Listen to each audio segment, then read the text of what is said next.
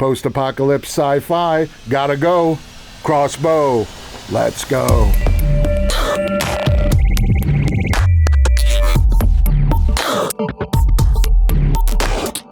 Hey, how's it going? Anthony Fro here, Crazy Sci-Fi. Today we're going post-apocalypse. Got the crossbow. It's not in this box because I already made it. But I'm working on a bigger project now, or conceiving a bigger project, pitching a bigger project, a feature film. 2 feature films. You never know which ones the powers that be will go for, but the one is post-apocalypse in the desert, like Mojave Desert kind of thing. So I'm thinking crossbows, lots of sort of repurposed armor, and I'll be making a lot more like post-apocalypse type sci-fi stuff probably in the weeks and months to come, in anticipation of that project, right? Action begets action. Plus, whatever I'm focused on, I like to work on that, so that way if the project works out, then we can dial it back and see what went into making it. So these are like $20 on Amazon. That's why I started here. So what I'm gonna do is I'm gonna break this down. I'm gonna make it like desert camo, so my post-apocalypse, like think of Road Warrior, Mad Max, but they're all like black leather. So in my mind, my stuff will be like all like Desert Storm, desert tactical type stuff. So I'm gonna go for that vibe with this. And so it'll be basically painting and then breaking down the mechanism, right? You don't want this to be a working crossbow because actors get bored and accidents happen, right? So we'll be breaking this down, but we want it to look real, so we'll make this a functioning sort of dummy-proof crossbow that couldn't possibly do any damage. We'll put rubber tips on the bolts just to be double safe, and the rubber tips that I have are a little clunky, and I think those are actually better for film because we're telling stories, right? We're not, that's kind of a weird thing when you get into sci-fi fantasy. It's like you're not going for accuracy, like that's what the actual thing is. You're going for an audience sees it for a second, they know what it is, and it's sort of like obvious what that thing is. You don't have to think about it. So let's go ahead. I'm going to unbox this now, and let's get to work. All right, so there it is. I got to say, for $20, this thing's pretty impressive. It feels real, right? Usually something cheap in your hand does not feel real. So I had to test it out, and whoa. So first thing in my back of my head is I got to dismantle this thing. It's way too dangerous. So for $20, I'm very impressed. So first I'm going to go for the handle just because, I don't know, I was feeling like doing some leather work first. So what I'm doing is I'm taking some painter's tape, some masking tape, and I'm just making a template. I've found over the years the easiest way to make templates when it's a strange size, odd shape. So just cover it in tape, then cut that tape out, and then you got your template. Here I'm just putting a piece of tape across the back just so that I can cut a straight line, right? Easy solutions. And here I'm just cutting the template, the tape. And, this is going to be a really sort of heavily used object, so I don't have to worry about cutting things and nicking the piece. Makes it a little easier. And here I'm just transferring my template to cardboard. Probably didn't need to do that, but I don't know, sometimes you think, let's make the extra effort because you want it to be nice. For some reason, I wanted this handle to be nice. Start off nice anyway. So here, now I have my template, which is the perfect size, and here's a scrap piece of leather that I have. Always got to hoard the scraps because you do end up using them one day. So here I'm just using a big fat marker, and I'm outlining my template. And, so the main thing here is that it's, like I said, it's this weird shape, but I know now it's going to fit. I have the confidence because you have to do all these other steps, right? So if you don't get it right and you go through all this trouble, it's like you're wasted a whole day, right? So it's worth it to do a tape template. So now I have my basic shape, and you know, I've talked about this before, but the leather it's kind of like almost like working with foam, or maybe you should say foam is like working with leather. It's a very forgiving material. It's a fun material to work with. So now, you know, I have these leather tools, so I'm just going to clean up the edges. I forget the technical terms of these tools, but they're, you know, there's about a half dozen basic leather working tools. Like I have these notcher, you know, these make the holes. It's like a hole punch. And, you know, I've, like I said, I've collected about 6 leather tools that I use all the time. Probably $60 worth of tools, and I get a lot of value out of them. So now this is just warm water, and when you soak the leather in the water, it makes it malleable, and then it's going to form around whatever you want to form it around. And once it dries, then it's sort of locked into that position. So it's a pretty cool material to work with. I should mention I did make those holes ahead of time because I figured it would just be easier to make those holes where I'm going to stitch up the lace in the back while it was still flat, rather than once it was all formed and oddly shaped. So you have plenty of work time with this. It's probably good to go in a couple hours, but I tend to always, whenever I do leather work like this where I'm wetting it and shaping it, I tend to do it at the end of the day and then leave it overnight. So here I just have some twine that I'm just wrapping around the leather just so that it stays in that form, and there you see it there. That's a pretty simple way to do that. You could do it with clamps.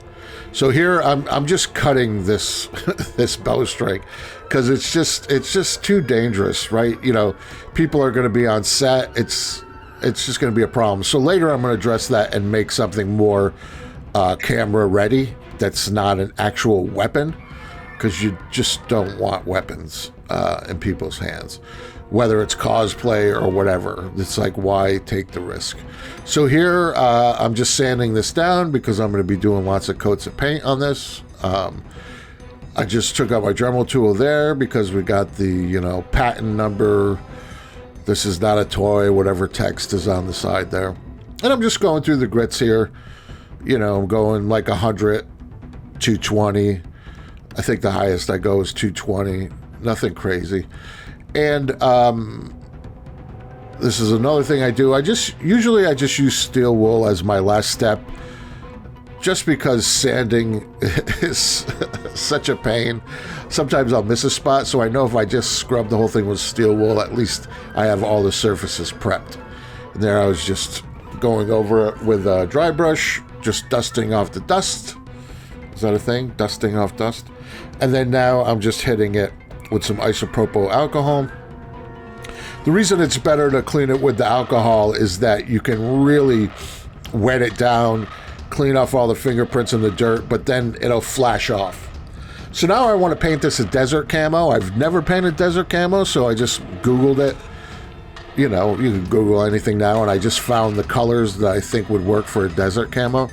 So this is a process I'm going to show you here that I end up redoing, but I thought it was worth it to share it with you, right? So I'm doing the base coat of a dark brown, right? And I watched a lot of videos of like hunters and like survivalists of how they camouflage their weapons, and this seemed pretty cool. So what it is you do a base coat, then you wrap it in string or rope or whatever, and then you put your medium, like your second color coat over that, and then you're gonna wrap it again with like another size string, and then you do your lighter coat on top of that. And I saw some really great results of this online. This is my first time doing this, and I did it, and you'll see here when I unwrap it, it's okay. Like, it came out all right, but like anything, it's my first time doing it, and in the 11th hour, I was like, yeah, this is fine. And then I think, it's like it's always these things where it's forever hold your peace, right? It's like, can you live with it or not? And, you know, that looks okay. That definitely would work, but it was just not quite what I had in mind, right? So I slept on it, and then you'll see what I do later on. So here's the leather. So this is the next day, and what I like to do before I dye the leather is put in any kind of gouges, or sort of like there I have like an old, it's a wood burning tool, I use it. Just putting little gouges and scrapes in the leather because it looks nice when I dye it with this gel. It'll get darker in those crevices and grooves. It just gives it a little more character. So I just wanted to get this out of the way so I could set it aside and it can dry. But, you know, you see there all those just little gouges and scrapes, a little random, and yeah, just really happy with the way that looks. There's a close-up of it. Really, it has, you know, it has like a lived-in, aged look. All right, so here's what I was talking about. So I have these stickers, and I've used them before for spaceships, and it's like that digital camo pattern, and I just decided to redo it, right? So same process. I had like a darker coat and a lighter coat, and then that was just more of what I had in mind. Like I said, I think the other technique works great. It was my first time doing it. I didn't want to do it again, so I went with the masking and sort of the digital camo, and I'm very happy with the way that turned out. The other thing was fine. So now this is a 2-for-1 video. You could do it this way, or you could do it the other way. And those digital camo stickers are hard to find. Now again, more stuff from my junk bin. So this is a D-ring. And when I did a lightsaber a long time ago, I had to buy a pack of like 3 of these. So I was like, oh, I think I have D-rings somewhere. Let's put one of those on the bottom of this. Because I can't imagine there's any way to holster a crossbow pistol. So I figure, you know, probably put a carabiner, hang it off your belt or whatever.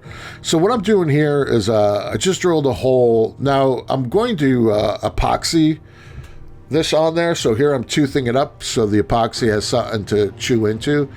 And then I'm going to epoxy the screw into the grip there, right?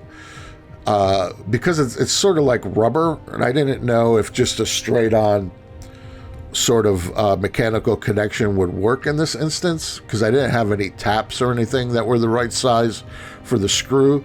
So it was, you know, just kind of a brute force thing. It's like I drilled the hole just a little bit smaller than what the screw was, and now I'm going to force that screw in there. But because I'm kind of square peg round holing it, I'm just putting the epoxy on there as sort of like an extra bit of security, right?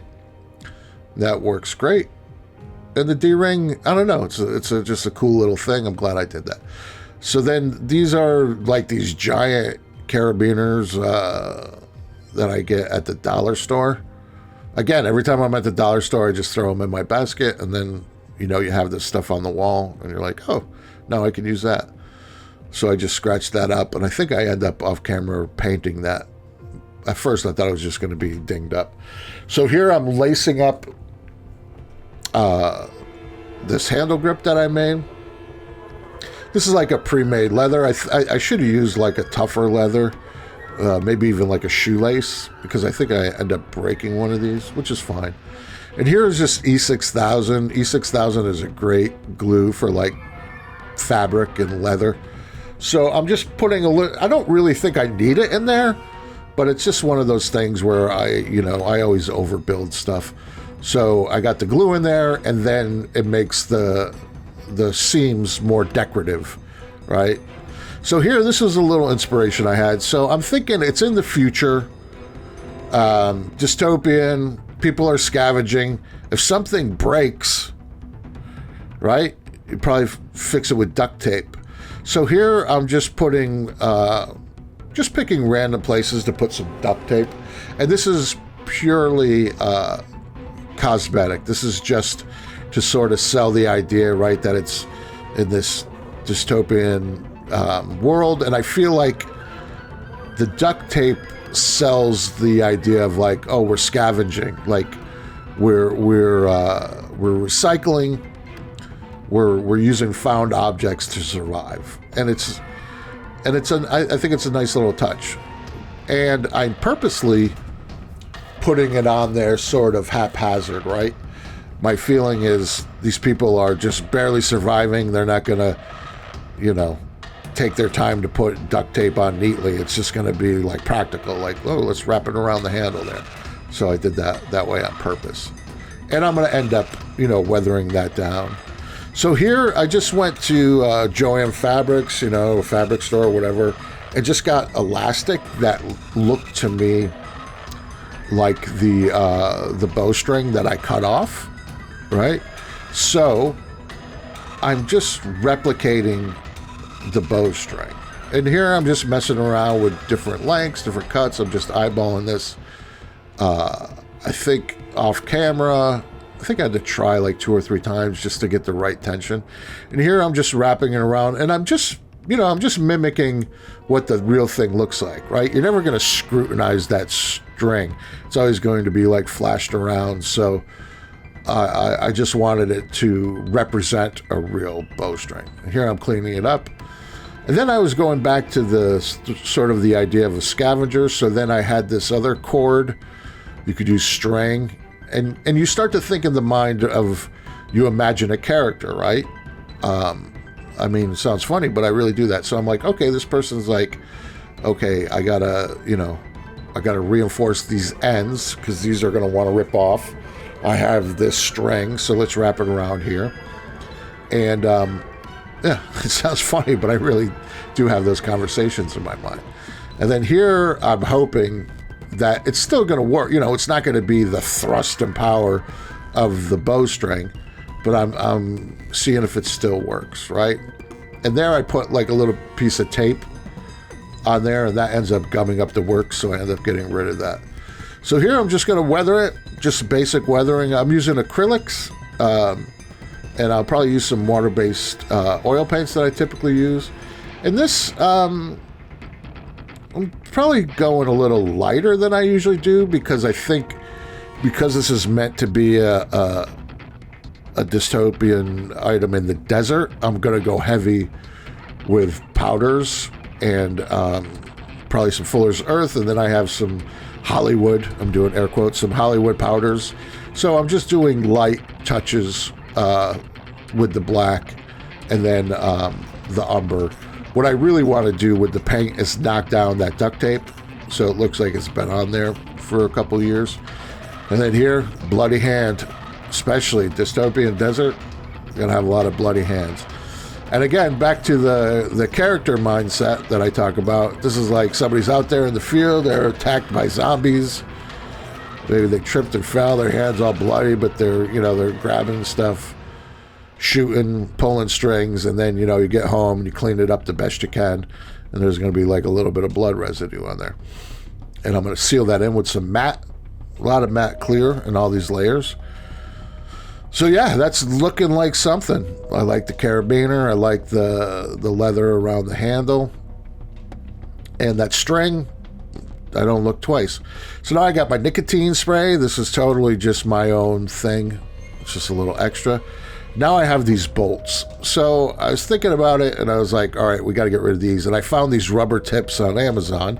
So I was like, oh, okay, these are perfect. So I'm going to replace these. And I like that they're kind of big and chunky because this is a film, right? So we want to sell it. And what I did here is I thought I was going to cut these off. And what happened when I went to cut them off, it heated up the metal and then they just melted off. So that just worked out better. So like I said, these tips are a little big, but for me, that's fine because we're not going for reality. This is a fantasy film that I'll be doing these with. So it's like the big chunky arrowhead tips. They sell it better, right? Because you're always selling. So now I'm just going to plastic dip the bolts. And then here, these are just a hard black rubber. And all I'm going to do is just take a little bit of rub and buff, a little silver rub and buff. We're just going to give these a little kiss on the edges there just to sell these so you want people to not think about them. And then these I hit with gloss because I want them to be sort of shiny. There's the base coat. And then here's the Fuller's Earth I was telling you about. Definitely got to wear a mask with this. You don't want to breathe in the powders. And because, you know, so think of like the Mojave Desert or something. So I'm just going to really dust this down. And I'll link to Amazon. You can get Fuller's Earth on Amazon. I get mine at like a Hollywood expendable store here. And then now just vacuuming up this stuff because it's nasty. And then I blow it. And then here's the, air quotes, the Hollywood powder that I like. This stuff works really good. I have like this burnt sienna. I have like a rotten stone, it's called. And I just work these powders, you know, get it into the crooks and crannies, and it just kind of gives it like a nice sheen. This is getting into the stickiness of the duct tape, so it's selling that. And it's all just these layers, right? And yeah, that's right. It doesn't look like a rubber plastic thing anymore. So here I'm checking out the mechanisms. That still works. I think I took off the little piece of tape there. And the safety still works, so that's good. All that stuff is still working. And here's my bolts. So now I'm just going to spray these in a similar sort of pattern that I did with the gun itself, or the crossbow itself. Here I'm just going to epoxy these tips onto the bolts. Yeah, and those are like one of those like throwaway things where I'm like, oh, this came out cool. And what I'm about to find here is it's a good fit, but it's too good of a fit. Like when I'm trying to force that in there, it creates like a little air pocket. So now I'm just taking a toothpick and then ramming these in with the toothpick so that it just has a little air gap so that I can get those in there nice and tight. And then since it's the epoxy, once that's in there, that is fused. That is not going anywhere. Yeah, and I'm like, again, these is one of those things where it's like, oh, that came up better than I thought. And here, off camera, I did the same process with the acrylic paint and then the powders. And then now it's like you go through all that trouble and it's like, please, please, I'll still work, you know. So everything goes in there. The little lever that holds it all together works. And yeah, really happy with that. That's cool. Let's look at some beauty shots. So there it is. I figured I'd do it out in the yard. And yeah, like these little details, right? Yeah, that looks like somebody's prized possession in the apocalypse, right? This is like a tool for them. The duct tape, very happy with the duct tape. There it is, right? And then the ends are just sort of taped on there. There's the bolt. You can see that weathering and that camouflage. Very deadly. Very happy with the way that turned out. Yeah. Very happy with that. Oh yeah, that came out so cool. And right, so this is like, it looks like the string, the bowstring that I took off.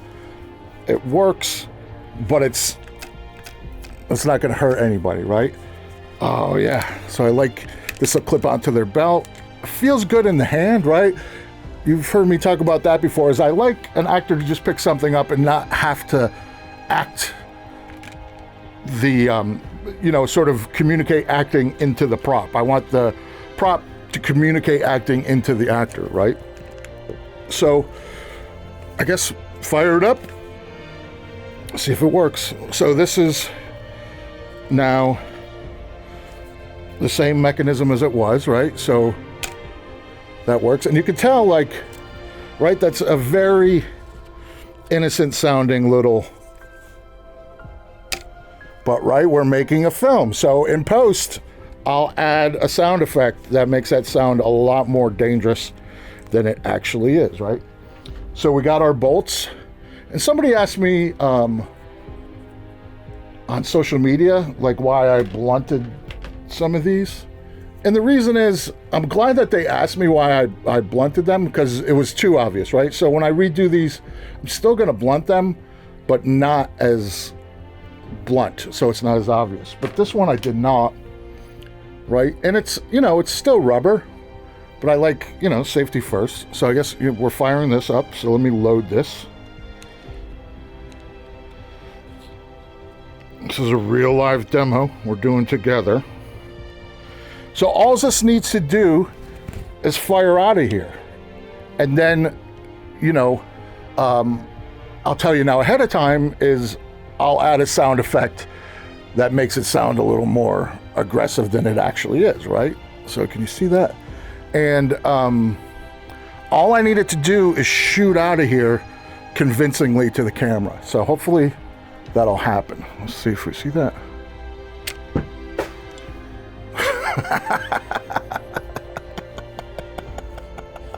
Yeah. Now when I play that back, if it's just not fast enough going out, that's a very easy fix in post. And in fact, let me do that all now. So you saw me fire that, or let's do another one. All right. And so what I'm going to do is after this shot, I'll replay it with a sound effect on the string. And if the bolt looks a little too wimpy coming out, I'll speed that up in post, right? So let's see. Yeah. Yeah, very happy with that. Oh, I just feel like whatever actor gets their hands on this, they're going to really love it. And it has the locking mechanism still works. Looks good. Even if I did have a bolt in there, right? All that still works. It's not going anywhere. And it's post-apocalyptic sci-fi.